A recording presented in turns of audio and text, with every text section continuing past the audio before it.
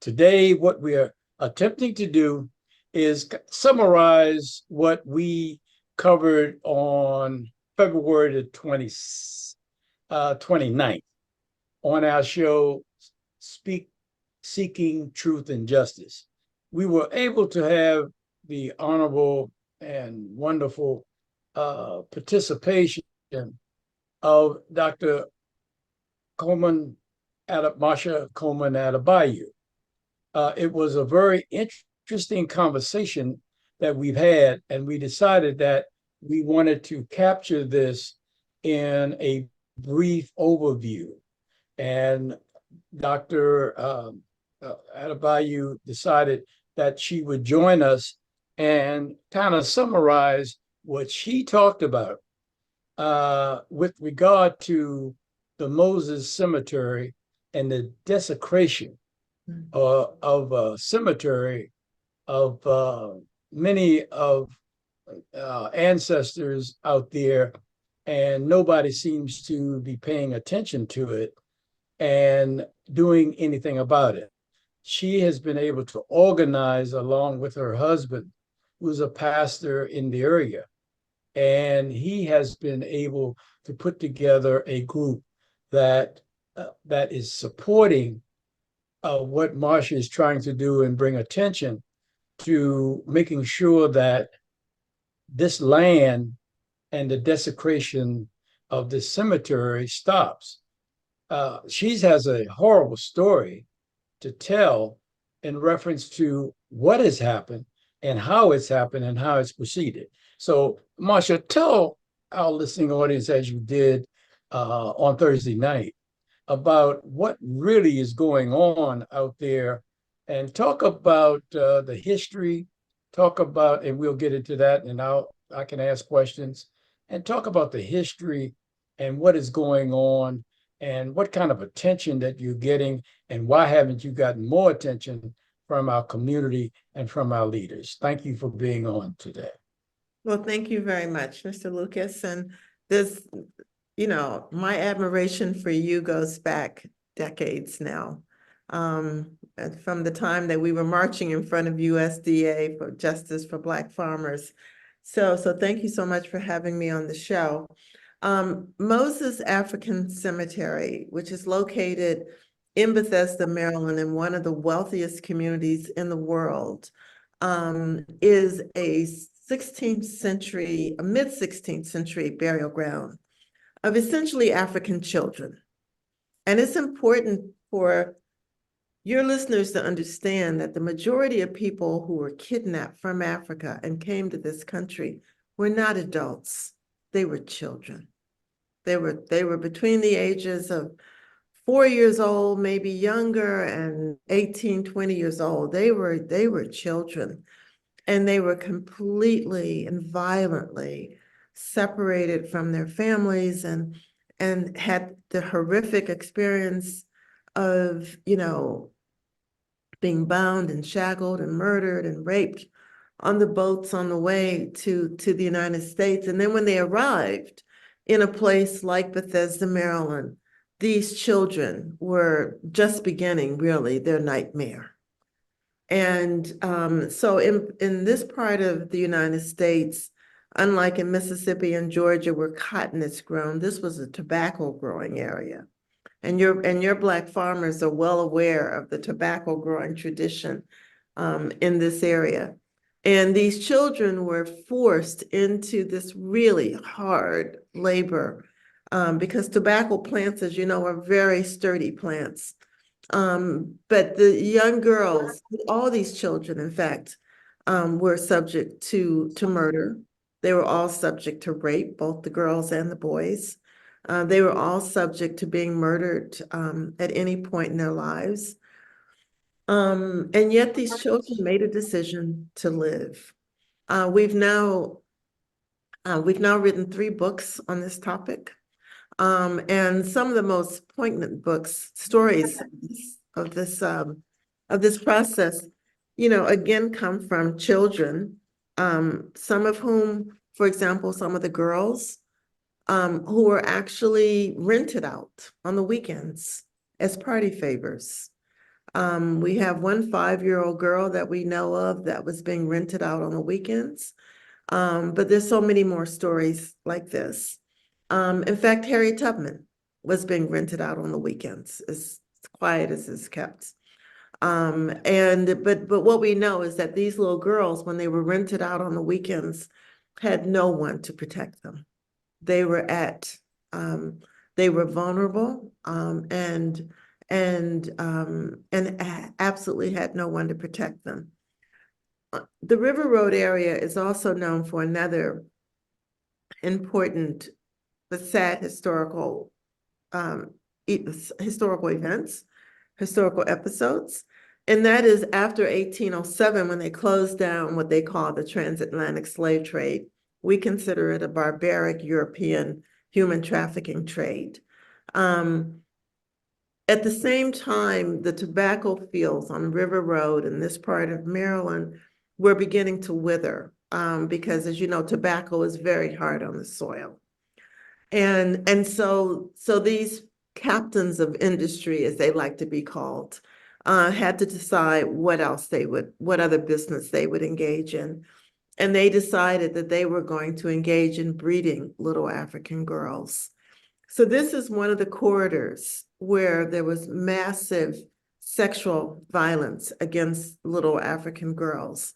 And even though Hollywood has tried to romanticize these relationships between these old, usually toothless white men who were plantation owners and these little African girls, the reality is that when they were being raped, that was a death sentence for the majority of them. And they knew it. 60% of these little girls would actually bleed out during childbirth. So rape became a death sentence for them.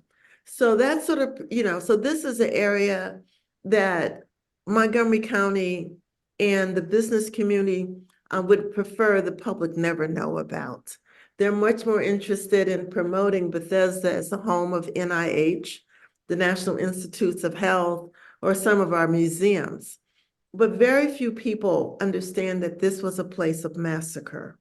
This was a place of genocide. This was a place of rape.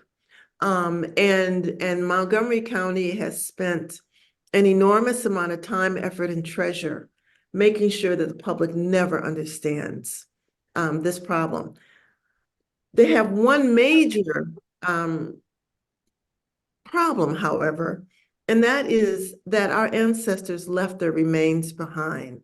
They didn't leave they didn't leave the wealth. They didn't leave. That was all taken by the planters, the owners of the land.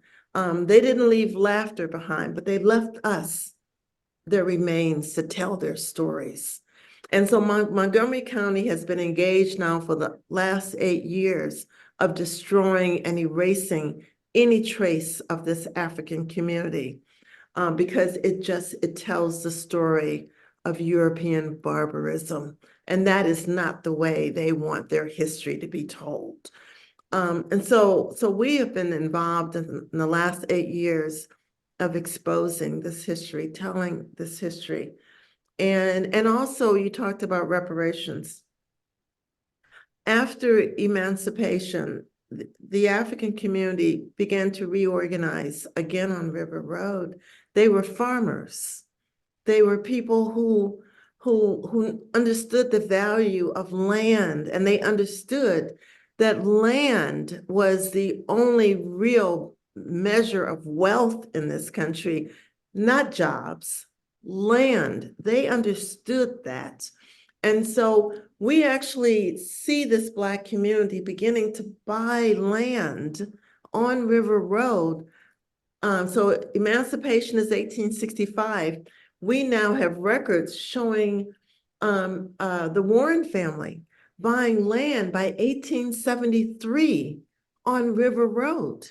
Now, the land that they bought on River Road, which was the same land where they used to dump the little girls' bodies, is now worth about $50 million. But what happened to the Warren family? What happened to that family? That family was run off of the land around 1962 and forced to become refugees. While whites took over the land, they parceled the land up among themselves, and now these Europeans are reaping the benefits of the Warren family. So, it's very difficult to untie the relationship between Black oppression and our relationship to land, because it is the land that Europeans have so eagerly fought for and so vigilantly fought for to make sure that Black people do not have access to intergenerational wealth. And that's what land represents. Thank you. The one thing I wanted you to mention as I was listening to you was that important issue of what that land is worth. And the other thing is the fact that here all this is going on in our community and right there in Bethesda, Maryland. And you also have a somewhat of a benign neglect. And I'm bringing that up because Black farmers are having the same problem with getting the attention of those people who are supposed to be representing us and making sure that the land and the wealth is being transferred to other generations. I think that one of the things that I wanted you to talk about is the connection you see between what is happening to the loss and the continual taking of land and generational wealth from Black farmers. And how does that tie in with what is happening there in Bethesda, Maryland, and with the gravesite and the benign neglect that is being forced on you by those people in high offices in Maryland and not doing anything about this problem? Right. It all comes down again to land. I'm going to keep using this word over and over again because I think the African American community was sold an empty bill of sales because, to a large extent, particularly during the 1960s and 70s, people were kept, the mantra was jobs, jobs, jobs, right? When the mantra really should have been land, land, land, because, jobs are temporary and they don't build intergenerational wealth. It is only land that can build intergenerational wealth. And that's the reason why Europeans left their homes in the 14th and 15th century, seeking places where they could own land.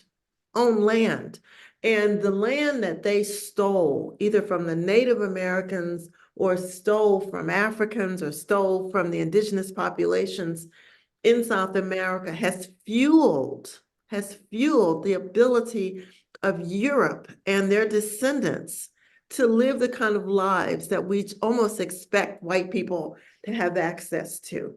But because we don't control land, whether that's in Africa or the Caribbean or South America or the United States, we have been locked into a second-class citizenship. So when we started this struggle, of course, one of the first, and because of my experience with Black farmers and my family, I come from a Black farmers background. I mean, my family is from Dublin, Georgia. And so I have pictures of my relatives in cotton fields, right? Because we don't necessarily think of ourselves as landowners, we think of ourselves as homeowners, which is important, but land ownership is even more important than home ownership. And that's where the Black farmers movement and this movement intersects.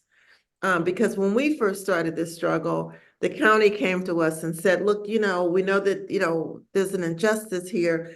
And in terms of, all of these Africans who were murdered, well, they wouldn't say murdered, all these Africans who died, quote unquote, mysteriously on River Road. So what we'll do as a part of, maybe they were thinking reparations, we'll give you a plaque, or we'll give you a bench that people can sit on, and they can, we'll put the words, Negroes used to live here, or whatever the wording would be on the bench. And their mouths would absolutely open when we say, no, no, no, you can keep your plaque, you can keep your bench. We are demanding the land. We're demanding the land. So how much is the land worth that these people have now decided belongs to them? The Moses Cemetery land, which is almost 3 acres, which is a lot in Bethesda, Maryland, is worth almost, considering the infrastructure where it's placed and what is currently on, is probably worth about $100 million.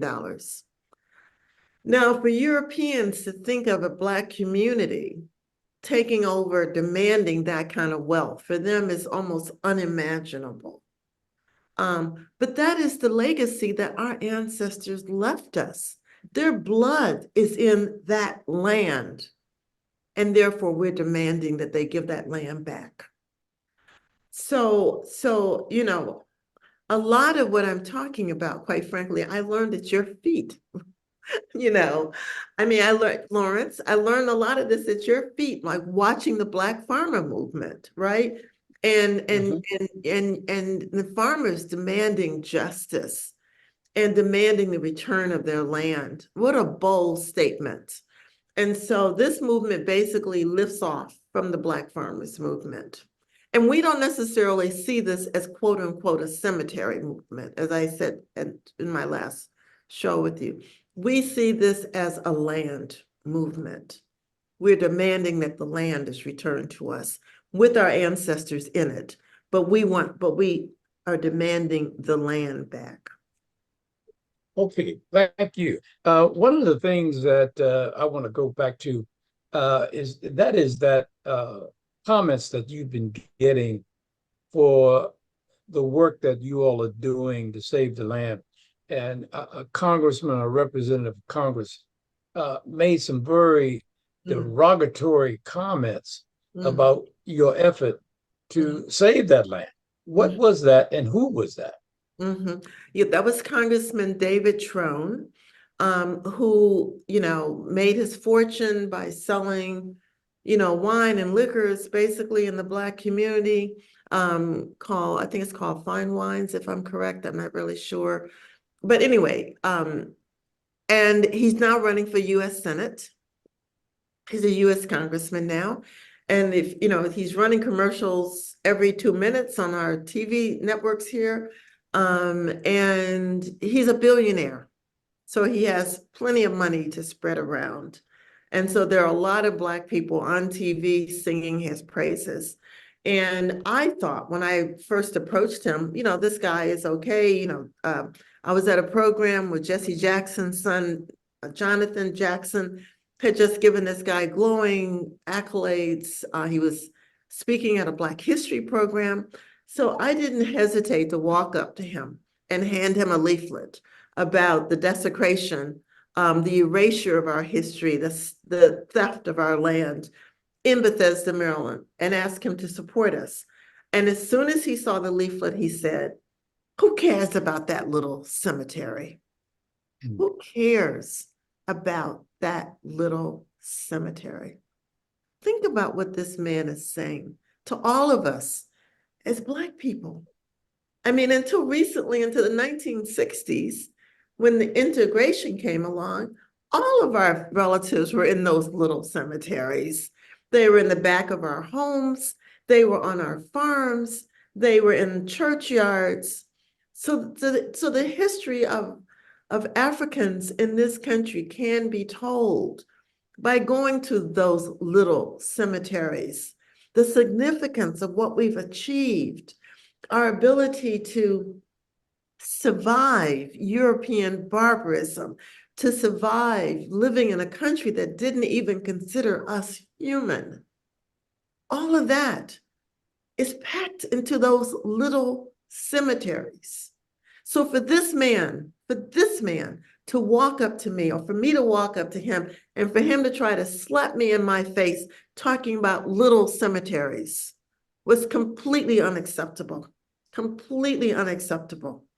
And this is probably someone whose family came from Europe when our families were in the fields picking cotton. And he's going to talk about little cemeteries. So I just, you know, I went back to him after he said that because I was so shocked. And I said, what did you say to me? And he repeated what he said. I said, okay, fine. And then I think one of his little black aides walked up to me to give me a card or something. Okay, got it. Because I used to work for Congress, as you know. So I understand how this game works. So we now have a petition that we'd like everyone to go to. It's on moveon.org. MoveOn.org, and it's basically, David Trone, you said, who cares about that little cemetery? And the answer to that question is we do, and we vote. We do, and we vote.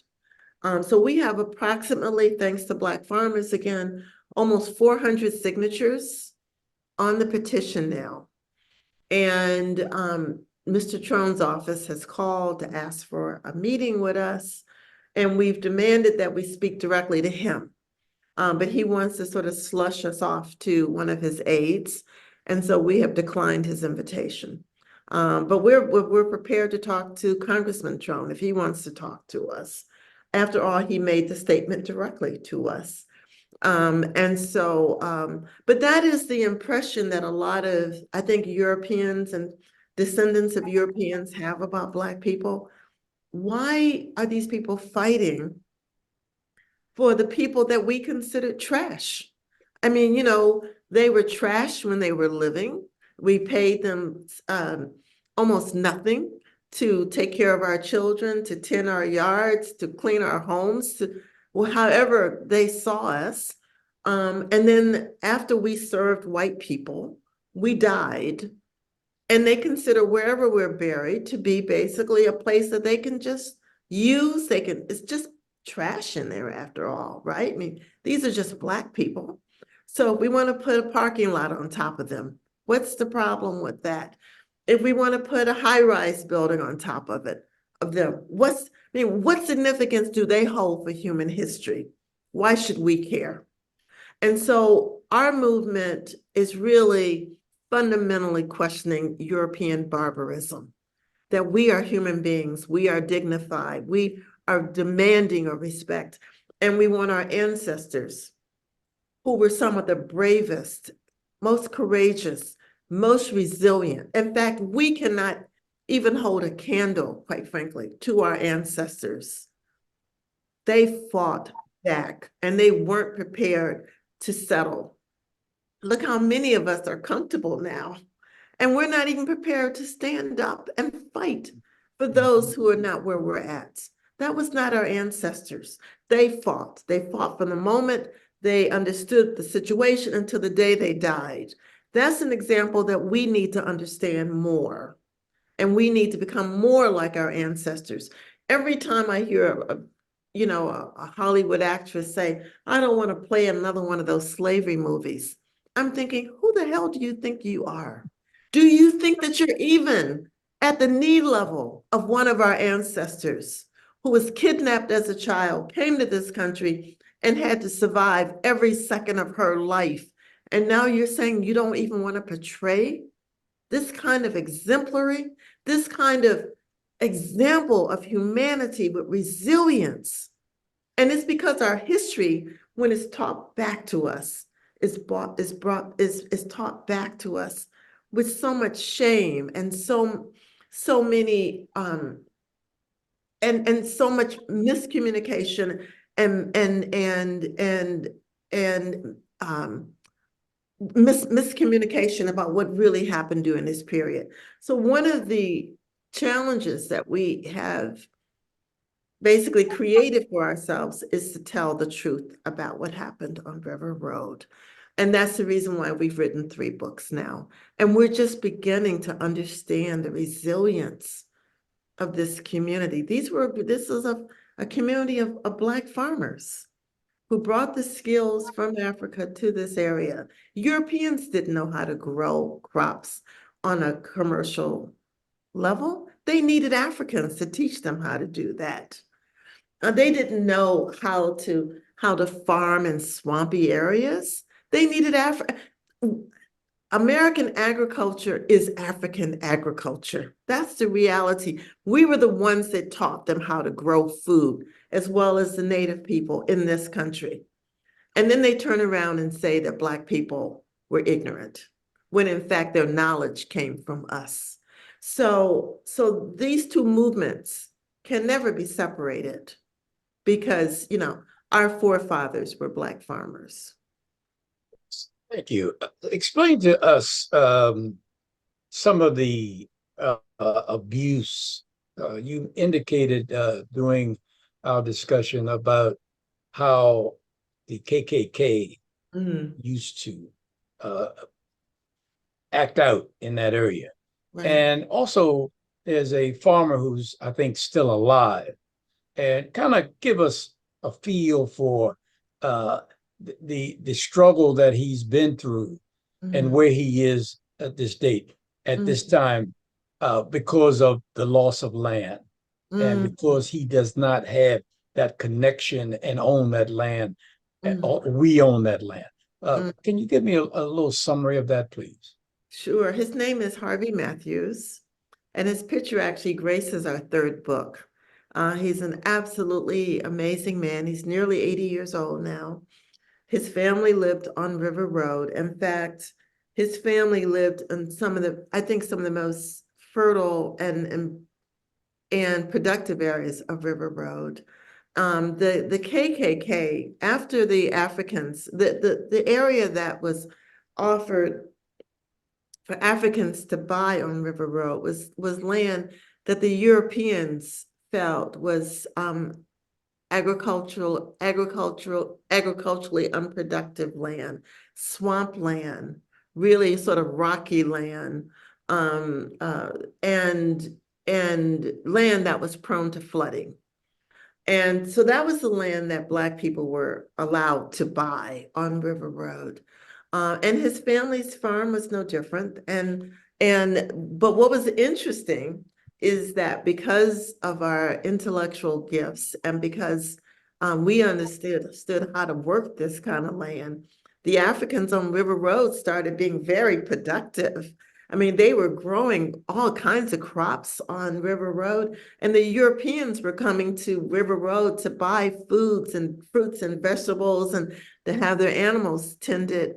And after a while, they began to realize, wait a minute, we thought this land was agriculturally unproductive, but these Black people are actually making money off of the land that we allowed them to buy. And so what shall we do? Well, of course, it's to take the land back. I mean, that's the way the Europeans thought about this. And so the KKK was created in this area. Actually, the building that was sort of the founding building of the KKK is within walking distance of my home, and it's considered an historic building. It has all the bells and whistles and all the paperwork of a historic building, but not our institutions, but the place where the KKK was founded is a historic site in this area. And so Mr.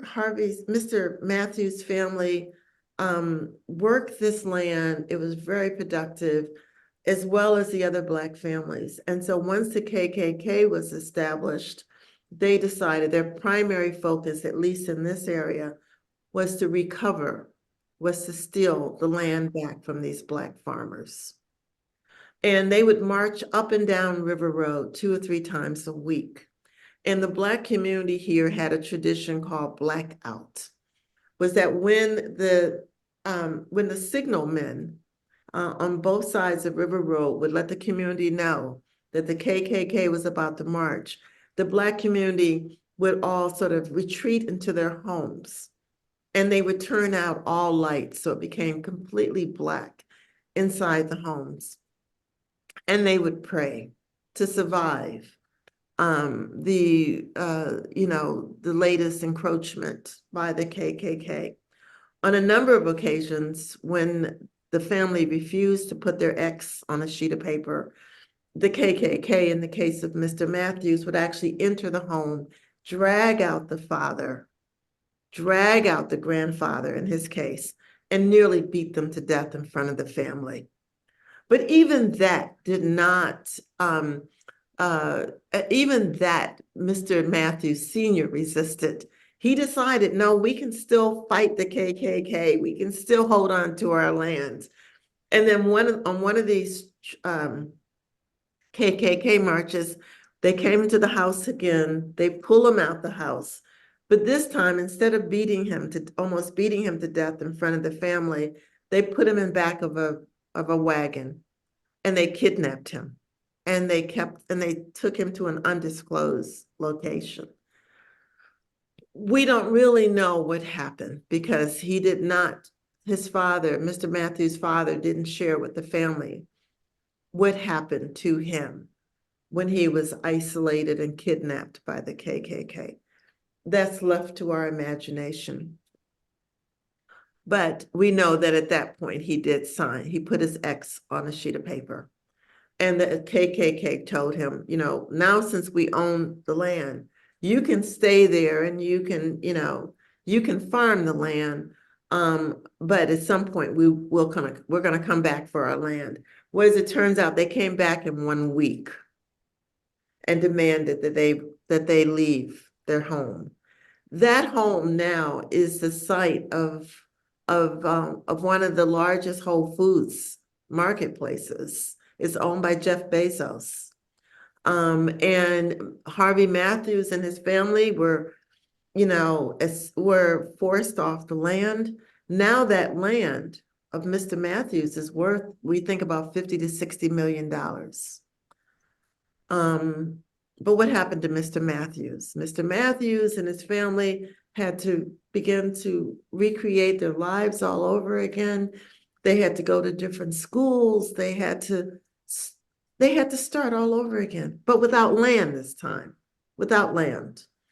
And so Mr. Matthews found his way in terms of making, doing yard work and cutting grass and that sort of thing, when in fact his father and his grandfather had already laid the foundation for his intergenerational wealth by the land that they had purchased on River Road.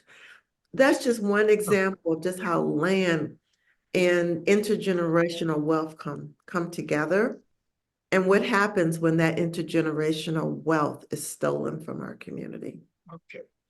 Thank you. What I would like for you to do now, Marsha, and I thank you for the time to do this summary. Tell us actually what in the petition, how we can support you, and tell us about the petition. And we're going to close with you finalizing and summarizing really what needs to be done now and the kind of help that our listeners and our viewing public can give you in this regard.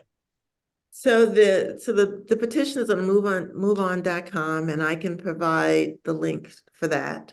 We're asking everyone to sign it because we want Congressman Trone, and he'll become Senator Trone, there's no doubt, and he's got the money to buy the election. But we need for him to know that our community is not going to allow him to continue to insult us.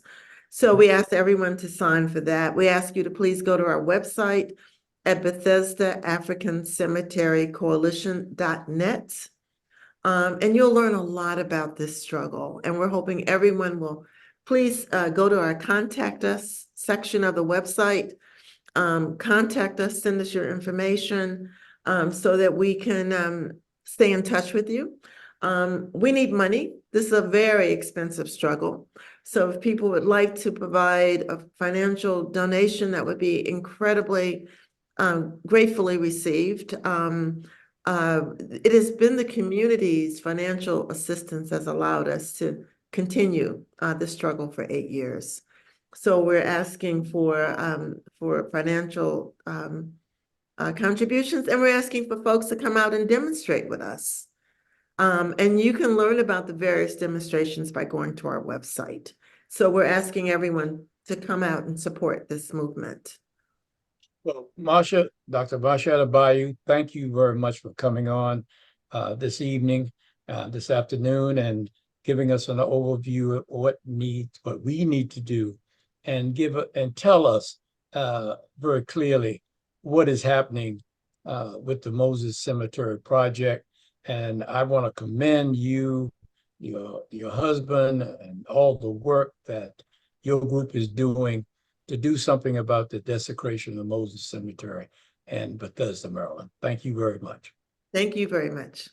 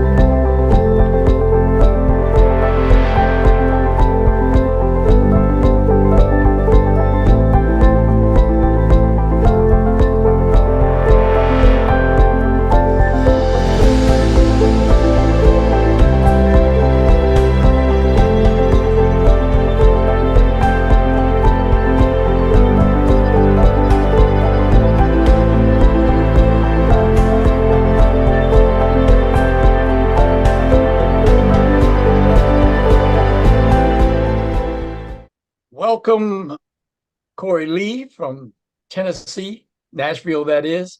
And I thank Gary Johnson, Black Men in America, for making this possible so that we can hear Corey Lee give us a summary, because he was not able to be on the show because we ran overtime on Seeking the Truth and Justice, which is Marty Oakley, made possible by Marty Oakley, TS Radio Network.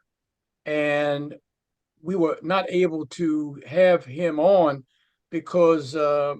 Adebayo gave a very riveting summation about what was going on with the Moses Cemetery in Bethesda, Maryland. I thank Corey for coming and giving us time today to put together this video that we plan to share with our and viewing public.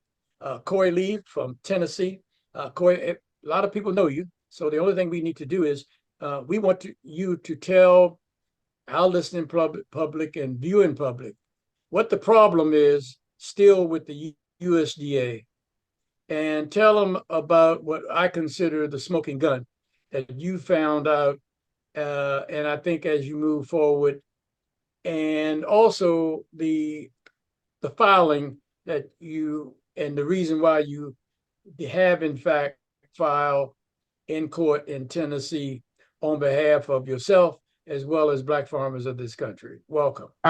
So I can kind of give you what's going on in my world right now over the last 2 months, and some interesting things and points of law have now been presented before the court. Back in January, I went and applied to get a new farm ownership loan and a new farm operating loan. And if you read the Inflation Reduction Act, it squarely says in there that those farmers who were subjected to discrimination in the past before January the 1st, 2021, that they would be able to get new loans. And so I went to test it. So I went and applied to get a new loan. And basically, the people at the FSA here in Tennessee, which it wasn't their fault. It's all on Tom Vilsack. And so we had found, we substantiated my claims that Tom Vilsack and OGC put together a scheme.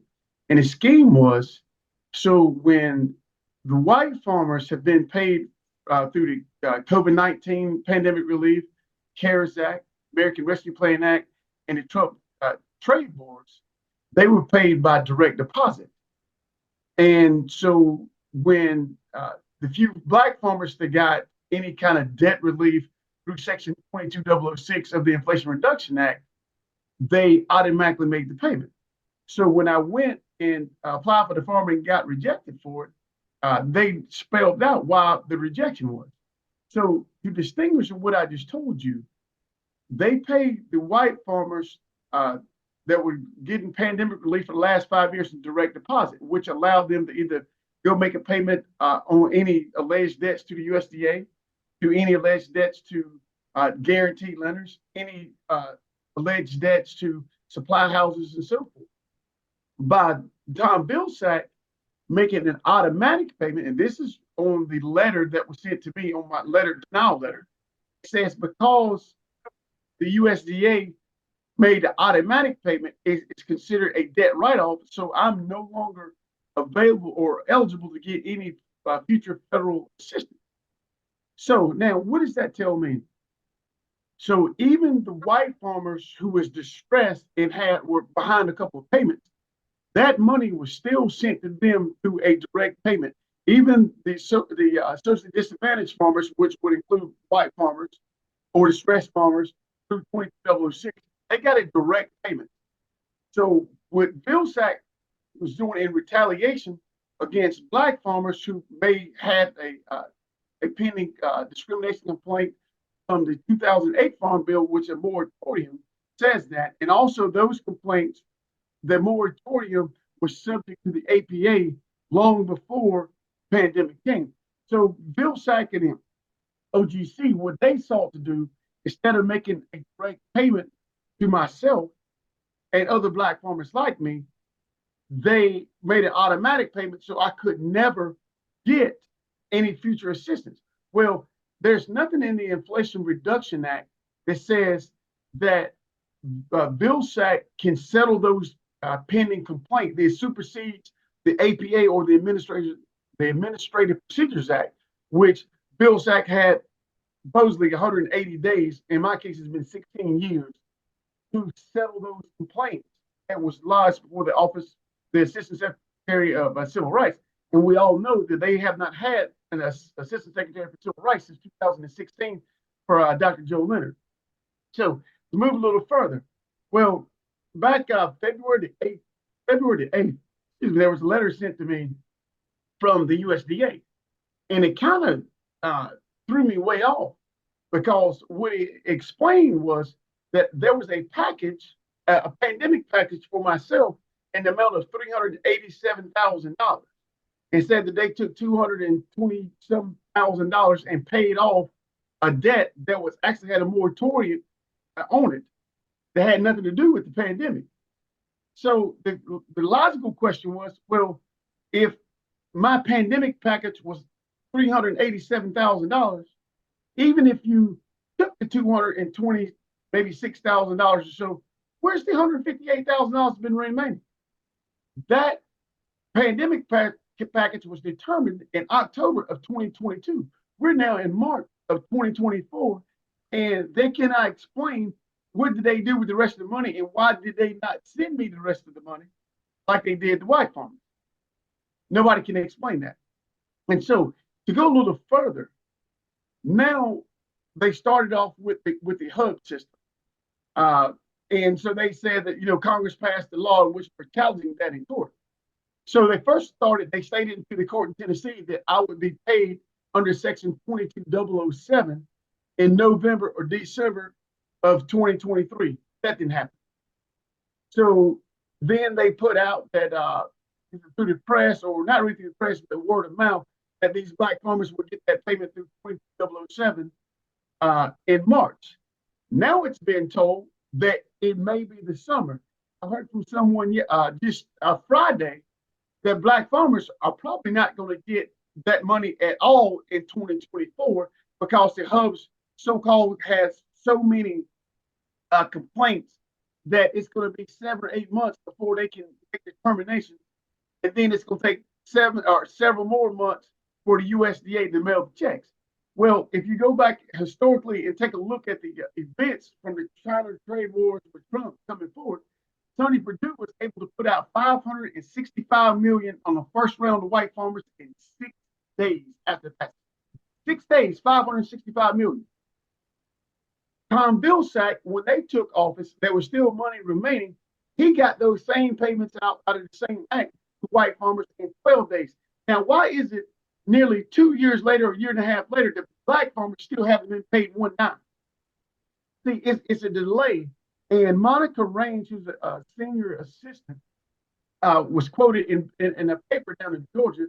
They were speaking that this is quote unquote. She goes, we meaning the USDA are now reviewing the application process right now. What the act simply says in the Inflation Reduction Act in 22007 is that these hubs are supposed to be independent of the USDA, and the only thing the USDA was supposed to be doing was making the payment.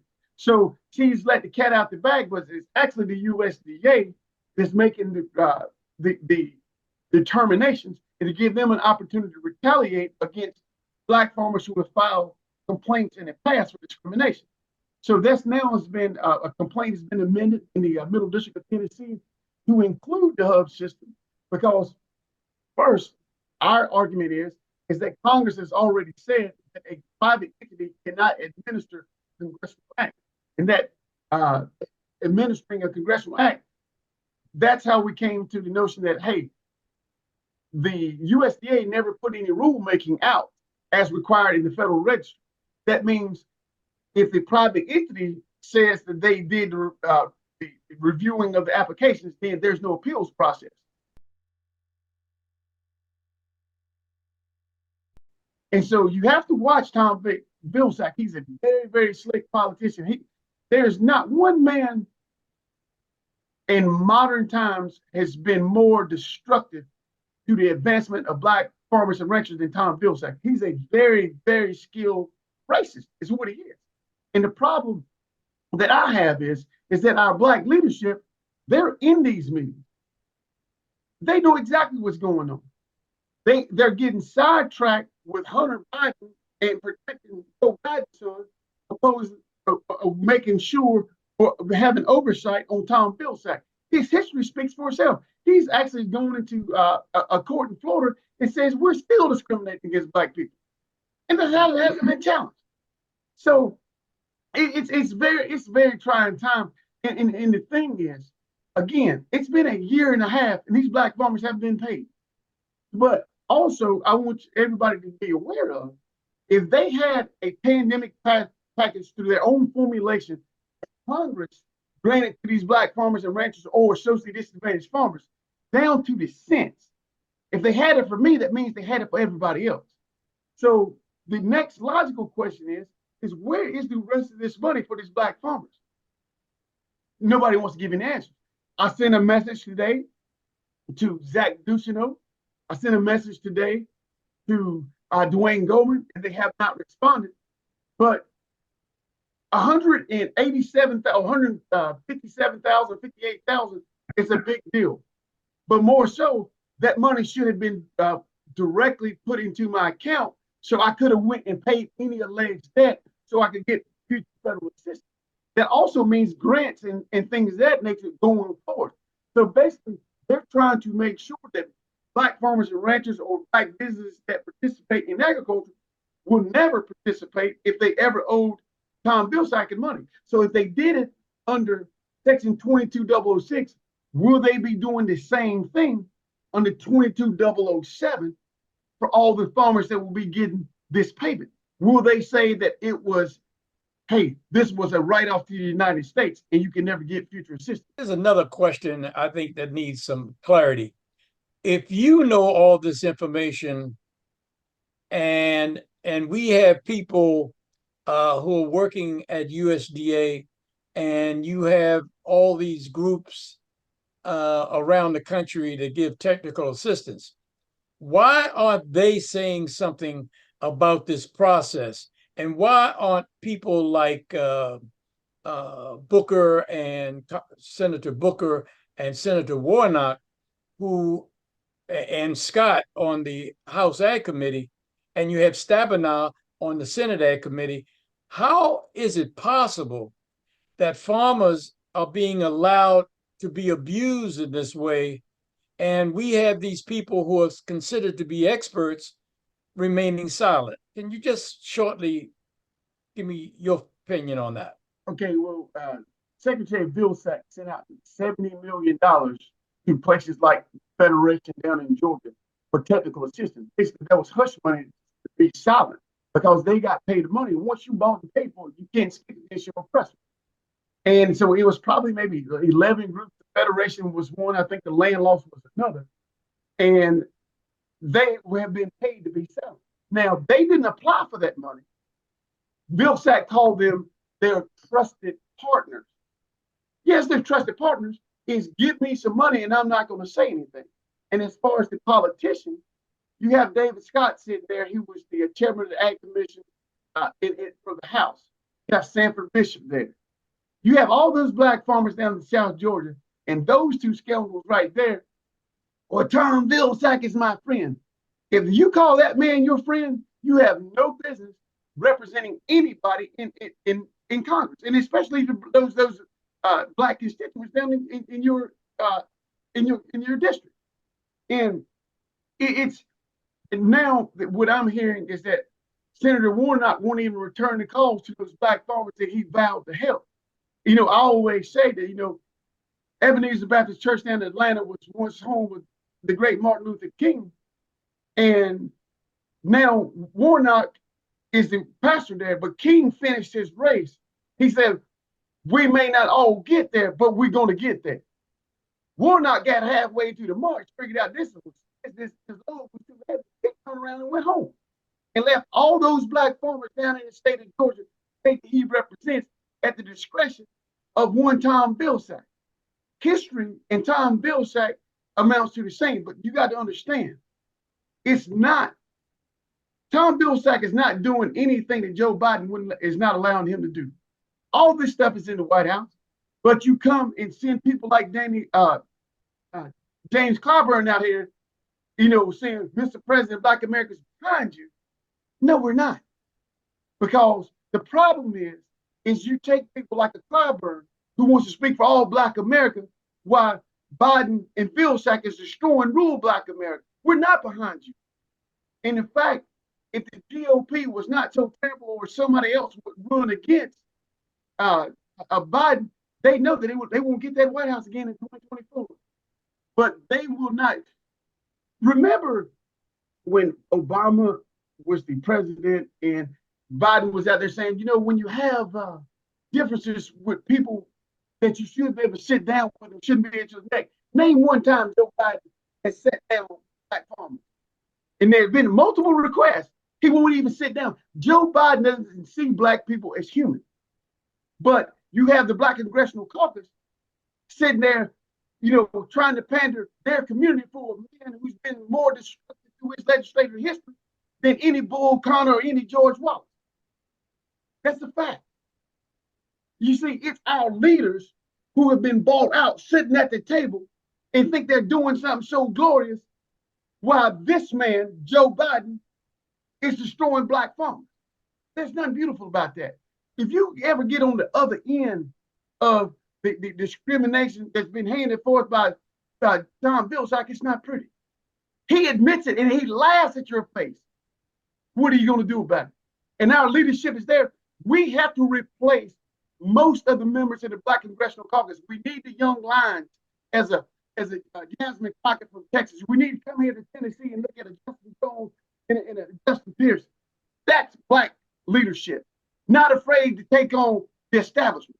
But right now, we got a whole lot of shoe shuffling coming out of Congressional Black Caucus. And that's not good enough for Black America. We have got to make a change. Once we clean up our house, then we can make situations better for our people. But right now, what we have in place is not sufficient. Okay. Well, I want to thank you, Corey Lee, for coming on Seeking Truth and Justice this afternoon. I thank you very much. Is there anything else that you want to add before we close? No, it doesn't be today. Just in the next couple of weeks, once we get their response in, we'll come back and they will try to articulate in the court for the very subjects that we named at the beginning, and I'll be able to pass it on to you. Okay, thank you very much. Yeah, thank you.